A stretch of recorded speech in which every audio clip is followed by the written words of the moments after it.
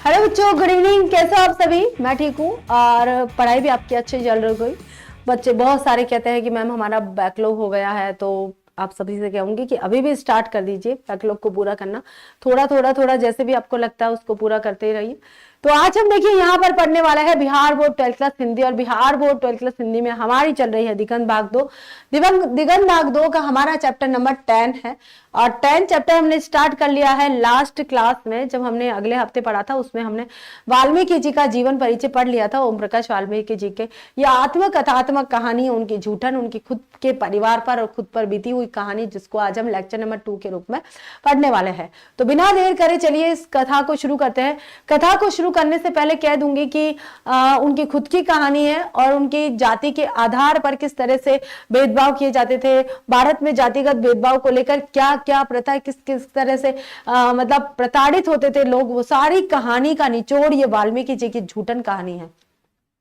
इसमें आप देखेंगे ना, आपको मतलब जब आप समझेंगे, क्योंकि मैं पढ़ूंगी, आप खुद सुनेंगे कहानी में क्या दिया गया है, आत्मकथात्मक लेख में क्या बताया गया है, तब आप पूरी तरह से अंदर से झंझोर जाओगे, झंझनाहट हो जाएगी आपके अंदर कि ये इस तरह से भी वातावरण होता था, इस तरह से भी व्यवहार होता था। क्या हमारा भारत इस तरह की दकियानुसी बातों को मानने वाला था, या ऐसी प्रथाएं चल रही थी? इतना मतलब जानवरों से भी ज्यादा बदतर सुलूक किया जाता था, इंसान इंसान के साथ में इस तरह का व्यवहार करता था। तो जातिगत भेदभाव के आधार पर हुआ था। लेकिन क्या जातियां मनुष्य ने खुद ने बनाई है? क्या जाति के आधार पर ईश्वर ने उनको बनाया है? नहीं, पहले कर्म के आधार पर मनुष्य का निर्धारण होता था वो किस जाति में है, लेकिन अब जन्म के आधार पर होने लग गया है कि जिस जाति में उसने जन्म ले लिया है बस उसी आधार पर होगा। कर्म के आधार पर लोगों को बांटा गया था कि आप ये काम करते हो तो इस जाति के, ये काम करते हो तो इस जाति के। लेकिन बाद में धीरे धीरे धीरे धीरे जो कर्म प्रधान जाति थी, ये जाति प्रधान जन्म प्रधान हो गई कि अब जन्म जिस जाति में हुआ है उसी जाति के आप रहोगे, चाहे आपके अंदर कोई काबिलियत आई हो या नहीं आई हो, उससे कोई लेना देना नहीं।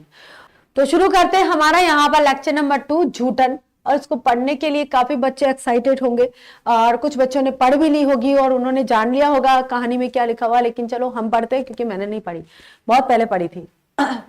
एक रोज हेडमास्टर कलीराम ने अपने कमरे में बुलाकर पूछा, क्या नाम है बे तेरा? लैंग्वेज वही, हेडमास्टर का नाम क्या है बे? कलीराम। बिहार बोर्ड 12th में एमसीक्यूज में पूछा जाता है कि झूठन कहानी में जो हेडमास्टर थे उनका नाम क्या था, तो याद रखिएगा कलीराम। हेडमास्टर कौन होते हैं? कक्षा 1 से लेके कक्षा 8 तक की जो स्कूल होती है, प्राइमरी एंड अपर प्राइमरी, या फिर प्राथमिक और उच्च प्राथमिक जो बोलते हैं। उच्च प्राथमिक में भी आप हेडमास्टर यूज करेंगे, और प्राथमिक में भी आप हेडमास्टर शब्द यूज करते हैं, जिसको हम प्रिंसिपल बोलते हैं। सेकेंडरी और हाई सेकेंडरी में जिसको प्रिंसिपल कहा जाता है, उस पोस्ट को हेडमास्टर या हेडमिस्ट्रेस कहा जाता है, प्रधानाध्यापक या प्रधानाध्यापिका। ठीक है, हेडमास्टर से, ठीक है ना।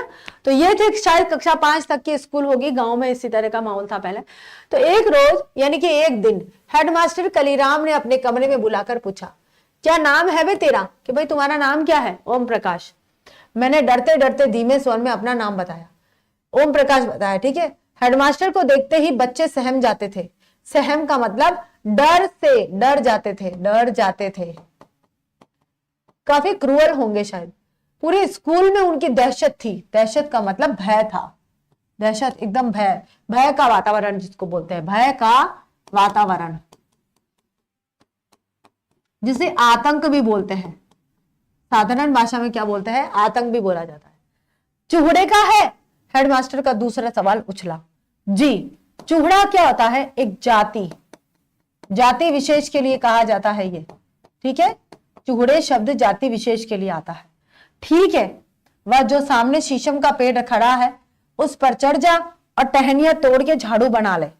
पत्तों वाली झाड़ू बनाना, और पूरे स्कूल को ऐसा चमका दे जैसा शीशा का मतलब जो मिरर होता है ना, कांच ऐसा। तेरा तो यो खानदानी काम है, जा फटाफट लेट जा काम पे। हेडमास्टर के आदेश पर मैंने कमरे बरामदे साफ कर दिए। तभी वे खुद चलकर आए और बोले, इसके बाद मैदान भी साफ कर दे। लंबा चौड़ा मैदान मेरे वजूद से, वजूद मतलब कि जैसा लेखक स्वयं ओम प्रकाश वाल्मीकि जी काफी छोटे थे, लेकिन इतना लंबा चौड़ा मैदान देखकर वे कह रहे कि मेरे वजूद से कई गुना बड़ा था, जिसे साफ करने से मेरी कमर दर्द करने लगी थी। धूल से चेहरा सिर अट गया था।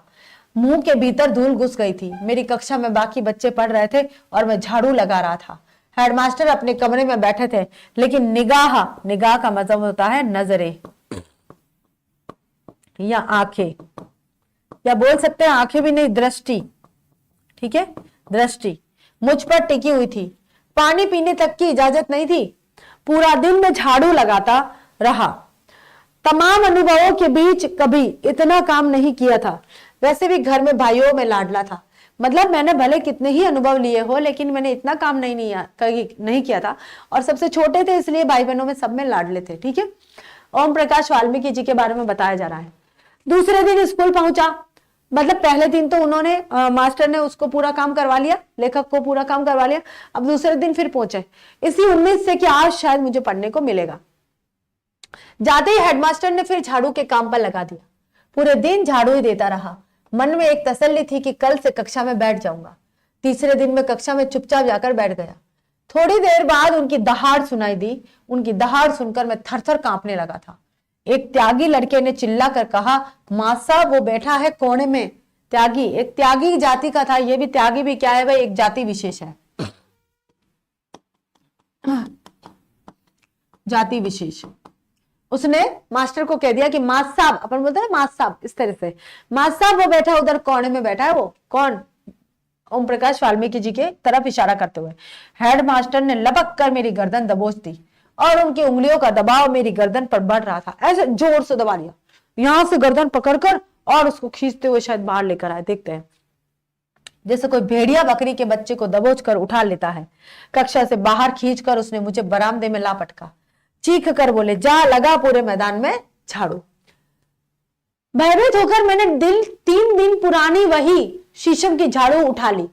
मेरी तरह ही उसके पत्ते सूख रहे, झड़ने लगे, सूख कर झड़ने लगे थे। सिर्फ बची थी पतली पतली टहनियां। मेरी तरह मतलब लेखक भी अब जो उम्मीद के साथ, जिस उम्मीद के साथ स्कूल में आए थे पढ़ने के लिए, अब वो उम्मीदें धीरे धीरे धीरे धीरे झाड़ू के पत्तों की तरह झड़ने लग रही थी। अब वे उम्मीदें उनको पूरी होती नजर नहीं आ रही थी। जैसे झाड़ू जो शीशम के पेड़ की झाड़ू बनाई थी, लेकिन पत्तों की बनाई थी।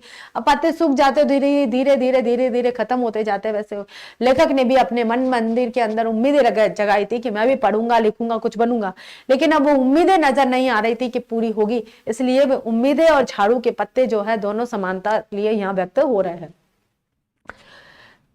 सिर्फ बची थी पतली पतली टहनियां। मेरी आंखों से आंसू बहने लगे थे। रोते रोते मैदान में झाड़ू लगाने लगा। स्कूल के कमरे की खिड़की दरवाजों से मास्टरों और लड़कों की आंखें छिप छिप कर तमाशा देख रही थी। मेरा रोम रोम यातना, यातना का मतलब क्या होता है? पीड़ा। ये पीड़ा ही तो थी, एक तरह का कष्ट ही तो था जो दूसरों के द्वारा दिया जा रहा था। छोटे बच्चे से झाड़ू लगवाना, इतने बड़े मैदान को साफ करवाना, बरामदे में लगवाना, स्कूल में लगवाना, सब जगह लगवाना, क्या पता बच्चा लगा पा रहा है नहीं लगा पा रहा। तो ये क्या होती है? पीड़ा होती है, यातना होती है। बच्चे स्कूल में पढ़ने के लिए आते, लेकिन आप काम करवा रहे हो तो ये एक तरह का जुर्म होता है। आज के लिए तो जुर्म है, बच्चों कोई नहीं करवा सकता। गहरी खाई में लगातार गिर रहा था। मेरे पिताजी अचानक स्कूल के पास से गुजरे। मुझे स्कूल के मैदान में झाड़ू लगाता देखकर ठिठक गए। बाहर से ही आवाज देकर बोले, मुंशी जी यूं क्या कर रहा है? वे प्यार से मुझे मुंशी जी कहा करते थे। ओम प्रकाश वाल्मीकि जी के जो पिताजी थे, उन्हें प्यार से क्या कहते थे बच्चों? मुंशी जी कहा करते थे। याद रखिएगा, मुंशी जी किसको कहते थे? ओम प्रकाश वाल्मीकि जी को उनके पिताजी कहते थे। अब देखिए भाई क्या होने वाला है। उन्हें देखकर मैं फफक पड़ा। फफक पड़ा मतलब रो पड़ा। ठीक है, स्कूल के मैदान, वे मेरे स्कूल के मैदान में मेरे पास आ गए। मुझे रोता देखकर बोले, मुंशी जी रोते क्यों हो? ठीक से बोलो क्या हुआ है? मेरी हिचकियां बंद गई थी। हिचक हिचक कर पूरी बात पिताजी को बता दी कि 3 दिन से रोज झाड़ू लगा रहा है, कक्षा में पढ़ने भी नहीं देते। पिताजी ने मेरे हाथ से झाड़ू छीन कर दूर फेंक दी और उनकी आंखों में आग की गर्मी उतर गई। आग की गर्मी मतलब गुस्सा। आग की गर्मी उतरने का मतलब क्या होता है? गुस्सा आना, क्रोध आना। ठीक है, गुस्सा आना। हमेशा दूसरों के सामने कमान बने रहने वाले पिताजी की लंबी लंबी घनी मूछे गुस्से से फड़फड़ाने लगी, चीखने लगे।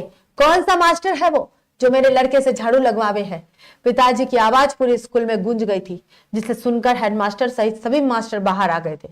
कलीराम हेडमास्टर ने गाली देकर मेरे पिताजी को धमकाया, लेकिन पिताजी पर धमकी का कोई असर नहीं हुआ।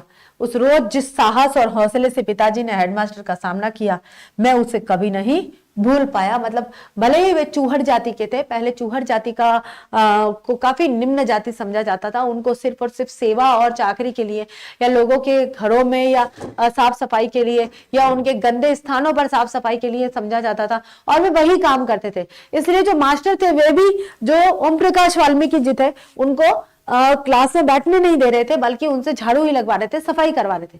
क्योंकि वहां उस समय शिक्षा के मंदिर में शिक्षादाताओं का, तो शिक्षक होते थे, उनका भी यही रोल था कि उनका भी यही मानना था कि जाति के आधार पर शिक्षा मिलनी चाहिए, जाति के आधार पर अधिकार मिलने चाहिए, जाति के आधार पर सुविधा मिलनी चाहिए। शिक्षक का दायित्व होता है सभी को समान रूप से मानना। लेकिन यहाँ पर कलीराम मास्टर का जो व्यवहार था वो काफी अभद्र व्यवहार था, और छात्रों के लिए, खास करके उनके शिक्षक जीवन के लिए सही नहीं था। आगे देखिए बच्चों,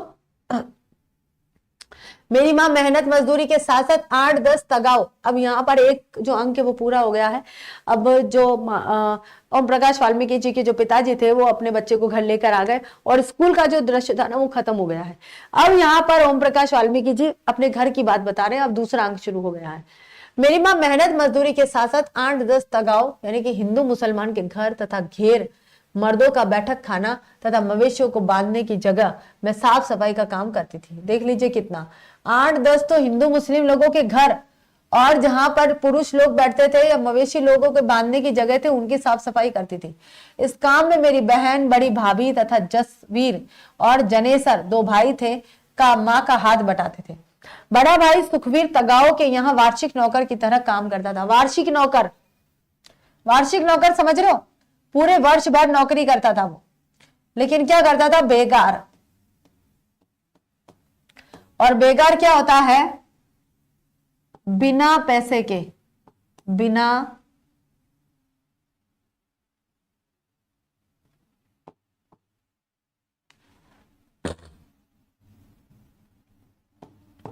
पैसे की मजदूरी, ठीक है, मजदूरी, बिना पैसे की मजदूरी की तरह काम करता था। उनका जो बड़ा भाई था सुखवीर, वो यहाँ पर वार्षिक नौकर की तरह काम करता था, यानी कि सिर्फ वर्ष भर वो नौकरी बना रहता था।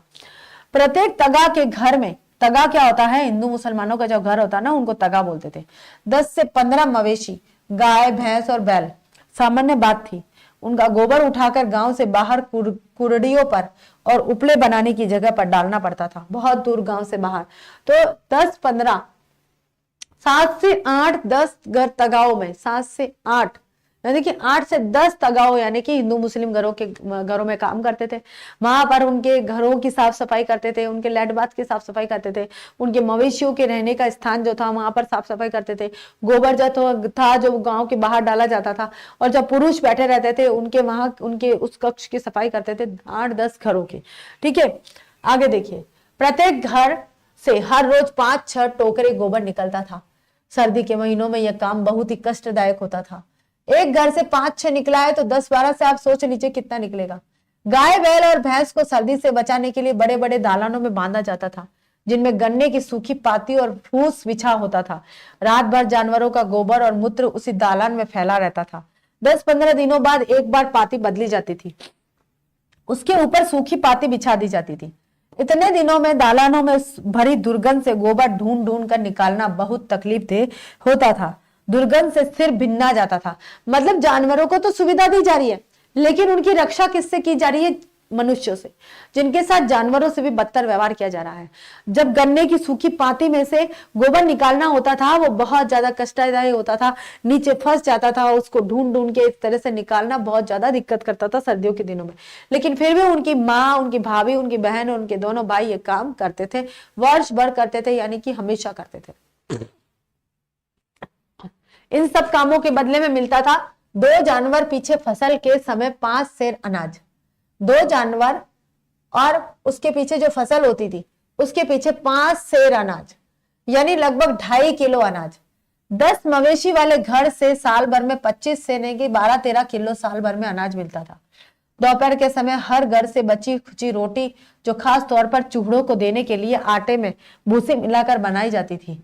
कभी कभी झूठन भी भंगन की टोकरी में डाल दी जाती थी, और चूड़ों को मोस्टली भंगन ही कहा जाता था।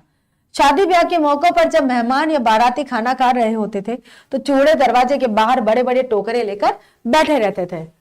बारात के खाना खा चुकने पर झूठी पत्तलों उन टोकरों में डाल दी जाती थी, जिन्हें घर ले जाकर वे झूठन इकट्ठा कर लेते थे। पूरी के बचे खुचे टुकड़े, एक आध मिठाई का टुकड़ा या थोड़ी बहुत सब्जी पत्तल पर पाकर बाँचे खिल जाते थे। बाँचे का मतलब होता है बाँचे खिलना, यानी मुस्कुराना। जिस बारात की पत्तलों से झूठन कम उतरती थी वहां कहा जाता था भुक्कड़ लोग आ गए हैं, सारा चट कर गए। अक्सर ऐसे मौकों पर बड़े बूढ़ों ऐसी बारातों का जिक्र बहुत रोमांचक ढंग से लहजे में सुनाया करते थे कि उस बारात से इतनी झूठन आई कि महीनों खाते रहे। पत्तलों से जो पूरियों के टुकड़े एकत्र होते थे उन्हें धूप में सुखा लिया जाता था। आगे देखिए, चारपाई पर कोई कपड़ा डालकर उन्हें फैला दिया जाता था। अक्सर मुझे पहरे पर बिठाया जाता था। क्या आप कौन सा पहरा देते थे लेखक? कि जो पूरी के टुकड़े सुखाए जाते थे वो कहीं चील के हुए ना आ जाए, कुत्ता न ले जाए, कोई भी मतलब जानवर है उसमें मुंह न डाल दे ताकि वो खाने लायक न रहे।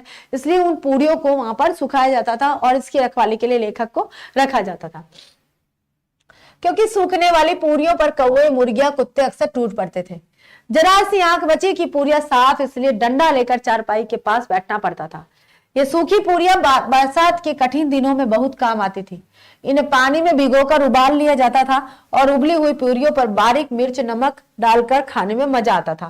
कभी कभी गुड़ लगाकर लुगदी जैसा बनाया जाता था, जिसे सभी बड़े चाव से खाते थे। आज जब मैं इन सब बातों के बारे में सोचता हूं तो मन के भीतर कांटे जैसे उगने लगते हैं। कैसा जीवन था! दिन रात मर खप कर भी हमारे पसीने की कीमत मात्र झूठन।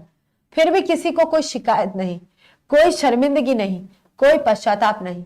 मतलब दिन रात काम करने के बाद भी उनको झूठन प्राप्त होती थी, लेकिन वो झूठन से भी खुश थे, प्रसन्न थे कि जब मिल रहा है ठीक है। अपनी नियति, अपने भाग्य को उन्होंने मान लिया था, क्योंकि पहले जो था वो भाग्यवादिता ज्यादा था।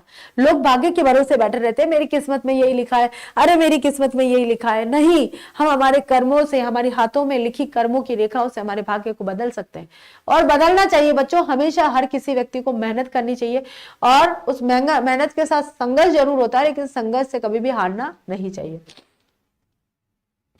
जब मैं छोटा था, मां के साथ जाता था।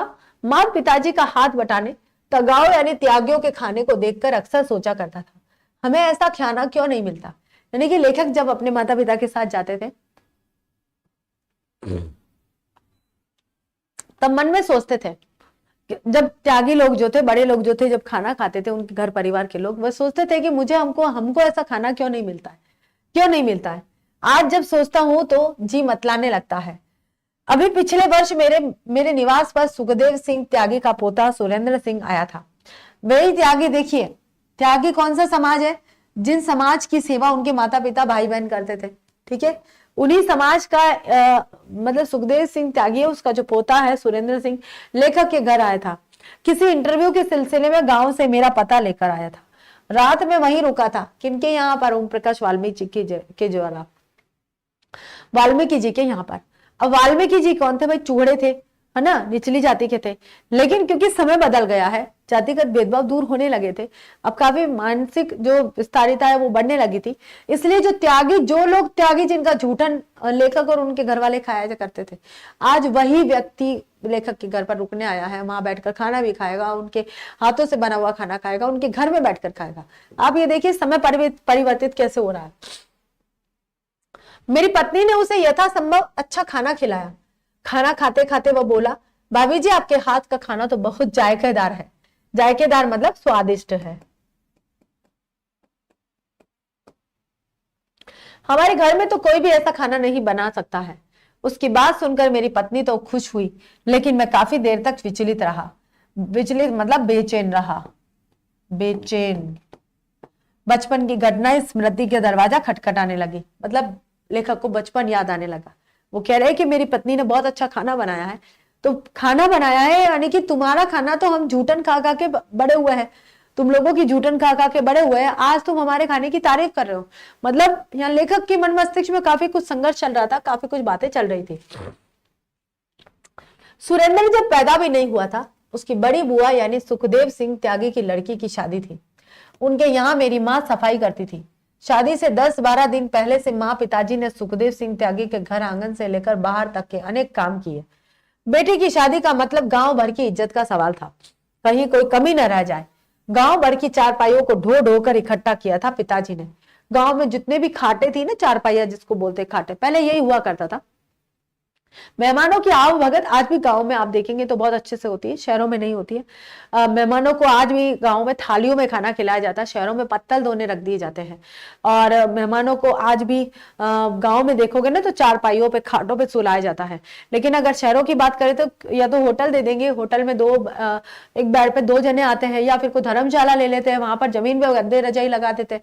इस तरह से आव भगत की जाती है, जैसे भी जिसकी सुविधा है, ठीक है। लेकिन गांव में क्या होता था पहले कि भाई सबको खाट पर सुलाना है, और गांव में बारात कम से कम 2 से 3 दिन तक रुकती थी। तो 2 से 3 दिन के अरेंजमेंट करना था उनको, बहुत ही अच्छे भगवान कैसे आते हैं इस तरह से उनका वेलकम करना होता था, इस तरह से उनकी देखरेख करनी होती थी। तो जो लेखक के पिताजी है, पूरे गांव में जितने भी लोगों के पास खाटे थी ना, उनको सिर पर ढो ढो के, उठा उठा कर और फिर त्यागी जी के घर तक पहुंचा रहे थे। आगे देखिए बच्चों, बारात खाना खा रही थी, टोकरा लिए दरवाजे से बाहर बैठी थी। माँ टोकरा लिए दरवाजे से बाहर बैठी थी, क्योंकि पहले जो चूहर जाति के लोग थे वो बाहर बैठे रहते थे।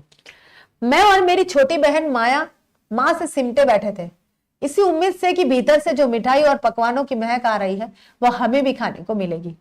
जब सब लोग खाना खाकर चले गए तो मेरी माँ ने सुखदेव सिंह त्यागी को दालान से बाहर आते कहा, चौधरी जी इब तो सब खाना खा के चले गए, मारे जाकतों को भी एक पत्तल पर धर कुछ दे दो।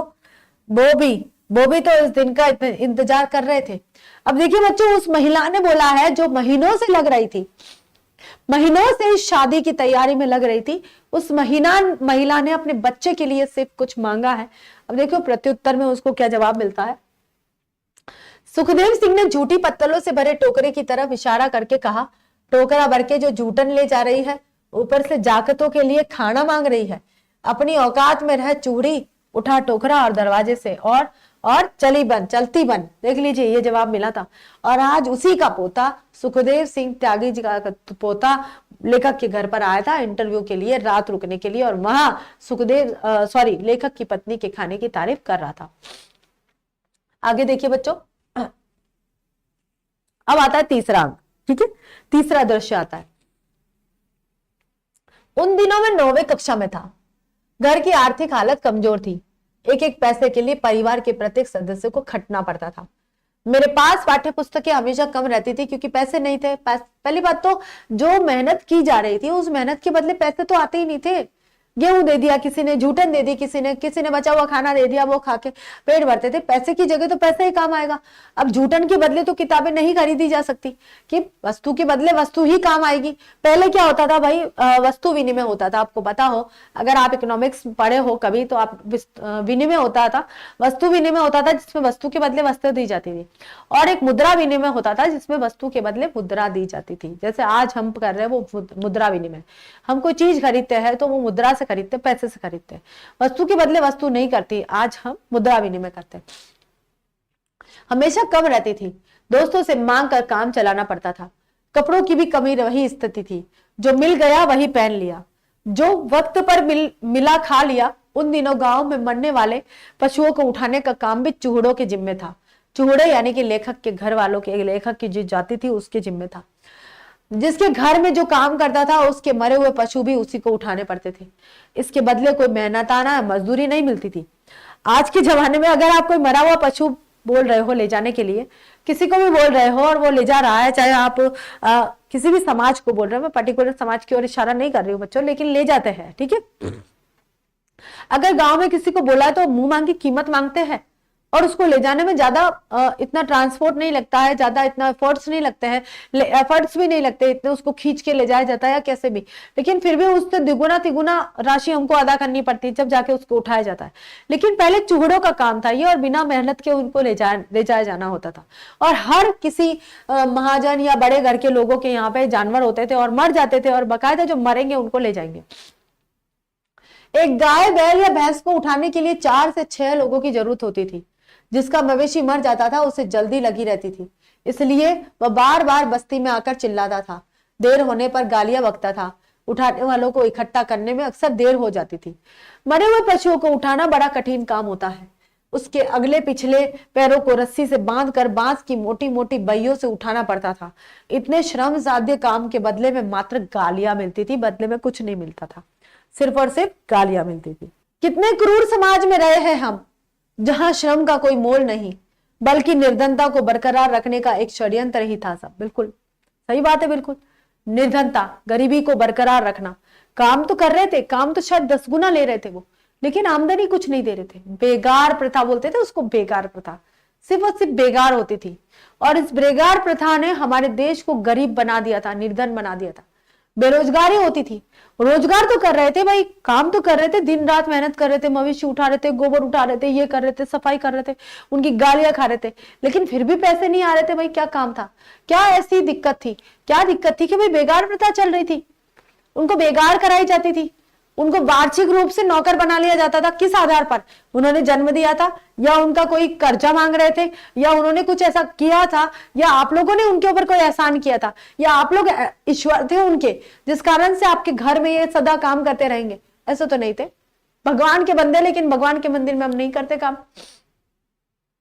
करते ही नहीं थे। उनको तो मंदिरों में जाने का भी परमिशन नहीं था। मरे हुए पशु की खाल मुजफ्फरपुर के चमड़ा बाजार में बिक जाती थी। उन दिनों एक पशु की खाल 20 से 25 रुपए में बिकती थी। आने जाने और मरे हुए पशु को उठाने की मजदूरी देकर मुश्किल से एक खाल के बदले 10-15 रुपए हाथ में आते थे। तंगी के दिनों में 10-15 रुपए भी बहुत बड़ी रकम दिखाई पड़ते थे। चमड़ा खरीदने वाला दुकानदार खाल में बहुत मीन मैक निकालता था। कट फट जाने पर खाल बेकार हो जाती थी। खाल को निकालते ही उस पर नमक लगाना पड़ता था, वरना दूसरे दिन ही खाल खराब हो जाती थी, जिसे दुकानदार खरीदने से मना कर देता था। एक रोज ब्रह्मदेव तगा का बैल, तगा यानी त्यागी, ठीक है, ब्रह्मदेव तगा का बैल खेत से लौटते समय रास्ते में गिर पड़ा, उठ नहीं पाया और मर गया। कुछ ही देर बाद ब्रह्मदेव ने हमारे घर खबर कर दी। पिताजी और मुझसे बड़े भाई जनेसर उस रोज किसी रिश्तेदार के यहाँ गए थे। घर पर माँ, मेरी बहन माया और सबसे बड़ी भाभी देवी ही रहती थी। जसबीर उन दिनों देहरादून में था मामा के पास। माँ परेशान हो गई, बैल की खाल उतारने किसे भेजे? बस्ती में 1-2 लोग थे, लेकिन कोई भी उस समय जाने को तैयार नहीं था। माँ ने चाचा से बात की, वे तैयार हो गए, लेकिन उनके साथ किसी को जाना चाहिए था। अकेले वे खाल नहीं उतार पाएंगे। अब लेखक और उनके चाचा जाने वाले थे। मैं उस समय स्कूल में था। माँ ने थक हार कर मुझे ही बुला लिया। माँ नहीं चाहती थी कि वह काम मुझे करना पड़े, लेकिन खाल बेचकर जो 10-15 रुपए मिलने वाले थे उन्हें छोड़ पाने की स्थिति में माँ नहीं थी। हार कर माँ ने मुझे चाचा के साथ भेज दिया। मेरे चाचा सोलहड़ महा कामचोर थे। कैसे थे भाई? कामचोर थे। बस सारा दिन ढोल ताशों में लगे रहते थे। मेहनत के काम से कतराते थे। कतराते यानी कि दूर हटते थे। माँ को फिक्र लगी कि कहीं हमारे पहुंचने से पहले ही बैल पर गिद्ध या जंगली जानवर न टूट पड़े। चाचा ने खाल उतारनी शुरू की। मैं उनकी मदद कर रहा था। चाचा का हाथ धीरे धीरे चल रहा था। पिताजी जैसी कुशलता उनमें नहीं थी। थोड़ी देर बाद वे थककर बीड़ी पीने बैठ गए। चाचा ने एक छुरी मेरे हाथ में पकड़ा दी। बोले, धीरे धीरे खाल उतारो, अकेले से तो शाम तक नहीं उतरेगी। छुरी पकड़ते ही मेरे हाथ कांप रहे थे। अजीब से संकट में फंस गया था। चाचा ने छुरी चलाने का ढंग सिखाया। उस रोज मेरे भीतर बहुत कुछ था जो टूट रहा था। चाचा की हिदायत का मतलब था सलाह, ठीक है। चाचा की हिदायत पर मैंने बैल की खाल उतारी थी। मैं जैसे स्वयं ही गहरे दलदल में फंस रहा था। लेखक को बहुत अजीब सा लग रहा था, क्योंकि लेखक ने सोचा नहीं था कि शायद मैं भी ऐसा काम करूं। लेखक बहुत लाडले थे अपने भाइयों के, माता पिता के। वो पढ़ाई में ध्यान दे रहे थे। उनके दोनों भाई, उनकी बहन, उनकी भाभी, उनकी माँ, उनके पिता, ये सब काम करते थे, लेकिन लेखक को कभी भी इन्होंने इस काम में नहीं डाला। लेकिन आज ऐसी मजबूरी हो गई कि लेखक को भी ये काम करना पड़ा। इससे लेखक के मन मस्तिष्क में काफी प्रभाव पड़ा। जहां से मैं उबरना चाहता था, हालात मुझे उसी दलदल में घसीट रहे थे। चाचा के साथ तपती दोपहरी में जिस यातना को मैंने भोगा था, आज भी उसके जख्म मेरे तन पर ताजा है। जैसे जैसे खाल उतर रही थी, मेरे भीतर का रक्त जम रहा था। खाल उतारने में हमें कोई घंटे लगे थे। चाचा ने खाल को जमीन पर फैला दिया। उस पर लगे खून को सूखी जमीन ने सोख लिया था। आगे देखिए, चाचा ने खाल को चादर में बांध लिया, गठरी उठाकर सर पर रख ली। लगभग 2 मील की दूरी पर हमारा घर था। बोझ के कारण चाचा को तेज चलना पड़ रहा था। मैं हाथ में छुरी पकड़कर उनके पीछे पीछे लगभग दौड़ता जाता था। बसेड़ा जाने वाली पक्की सड़क से हम लोग बस अड्डे के पास पहुंच गए थे। गठरी सिर से उतारकर चाचा ने जमीन पर रख दी थी। यहां से आगे तुम ले जाओ, मैं थक गया हूं। अब चाचा ने भाई इतना बड़ा जो गठरी थी, जो उनसे भी नहीं उठी जा रही थी, छोटे से लेखक के ऊपर रखने के लिए तैयार हो गए थे। उस रोज मैंने चाचा से बहुत कहा, लेकिन वे नहीं माने। चाचा, बस अड्डे की भीड़ पार करा दो, मेरे स्कूल की छुट्टी का समय है। मेरे स्कूल के सभी साथी यह ले जाते हुए देखेंगे तो वे स्कूल में मुझे तंग करेंगे। लेखक को लग रहा था कि मेरे स्कूल के बच्चे अगर मुझे देखेंगे तो मुझे कमेंट पास करेंगे, मुझे व्यंग कसेंगे, मुझे चिढ़ाएंगे, इसलिए वो कह रहे थे कि भाई बस अड्डे का एरिया पार करा दो। लेकिन लेखक के चाचा है जो एक भी बात सुनने को तैयार नहीं थे। मैंने गिड़गिड़ाकर रुआं से यानी कि रोने जैसी आवाज में चाचा से कहा, किंतु वे नहीं पसीजे, यानी कि नहीं माने। गठरी उठाकर मेरे सिर पर रख दी। गठरी का वजन मेरे वजन से ज्यादा था। मजबूरन उठाकर चलना पड़ा। बस अड्डे की परिचित भीड़ से मैं उस रोज जिस तरह से निकला, मेरा ही मन जानता है। एक भय लगातार मेरा पीछा कर रहा था। कोई देख न ले, कोई सहपाठी न मिल जाए, अगर कोई पूछ बैठेगा तो क्या बताऊंगा। घर तक पहुंचते पहुंचते मेरी टांगे जवाब दे गई थी। लग रहा था कि अब गिरा। गांव के किनारे किनारे चलकर लंबा चक्कर काटा था बस्ती तक पहुंचने के लिए। मुझे उस हालत में देखकर मां रो पड़ी। मैं सिर से लेकर पांव तक गंदगी से भरा हुआ था। कपड़ों पर खून के धब्बे साफ दिखाई दे रहे थे। बड़ी भाभी ने उस रोज मां से कहा था, इनसे ये ना कराओ, भूखे रह लेंगे, इन्हें इस गंदगी में ना घसीटो। मतलब भाभी भी उनकी इतनी अच्छी थी कि वो कह रहे थे कि भाई इनसे इस तरह का काम मत कराओ, ठीक है। भाभी के ये शब्द आज भी मेरे लिए अंधेरे में रोशनी बनकर चमकते हैं। मैं उस गंदगी से बाहर निकल आया हूं, लेकिन लाखों लोग आज भी उस घिनौनी जिंदगी में जी रहे हैं। कई लोग थे, ये जब कहानी लिखी थी, आत्मकथात्मक ये जो कहानी लिखी थी, उसके बाद भी लेखक के समाज के जो लोग थे, जो चूहर जाति के लोग माने जाते हैं, वो आज भी मतलब लेखक के समय तक भी इस तरह की जिंदगी जी रहे थे। तो बच्चों, जिन बच्चों को पता नहीं है बुक कैसी है, जो बच्चे आज भी आए हैं उनको बता दूं कि ये वाली बुक है दिगंत भाग 2, ठीक है। इस बुक में है ये हमारा चैप्टर नंबर 10। तो बच्चों, देखा आप लोगों ने कैसे ओम प्रकाश वाल्मीकि जी उस गंदगी से, उस दलदल से बाहर आए थे। काफी संघर्ष करना पड़ा, अछूते नहीं रह पाए। एक दिन ऐसा आया कि उनको भी इस दलदल में घसीटने की कोशिश की गई, लेकिन परिवारजनों के सहयोग से वे इस दलदल से बाहर आ गए। बहुत सारे लोग हैं, उनमें से कई नाम ले सकती हूँ, लेकिन एक नाम और है, डॉक्टर भीमराव अंबेडकर। उन्होंने जो शिक्षा प्राप्त करी है, उन्होंने भी काफी संघर्ष से शिक्षा प्राप्त करी है। उनको भी विद्यालय में नहीं बैठने दिया जाता था। कई लोग हैं जिनको मंदिरों में नहीं जाने दिया जाता था, सार्वजनिक स्थानों से पानी नहीं लेने दिया जाता था, सार्वजनिक स्थानों पर नहीं जाने दिया जाता था, सार्वजनिक ट्रांसपोर्ट में सफर नहीं करने दिया जाता था। बहुत सारी चीजें हैं, आप कभी जानेंगे तो इसके लिए आर्टिकल बना है। भाई अब कोई भी ऐसा नहीं कर सकता है, अब एक तरह का जुर्म है और बहुत बड़ा जुर्म है ये। अगर इस तरह की कोई भाषा भी कोई यूज कर लेता है, गाली भी दे देता है किसी को, तो उसके लिए भी जुर्म है, दंड की व्यवस्था की गई है। तो बच्चों, आज इतना ही हमने पढ़ लिया है हमारी जूटन कहानी को, आत्मकथात्मक कहानी को, और देख लिया है किस तरह से वाल्मीकि जी अपने इस दलदल से बाहर निकले थे, उनके परिवारजन किस तरह से जीवन यापन करते थे। काफी मार्मिक कहानी है। तो आगे के लेक्चर में हम करेंगे इससे जुड़े हुए क्वेश्चन आंसर, और चैप्टर नंबर 11 हम स्टार्ट कर लेंगे, ठीक है। Okay, thank you so much.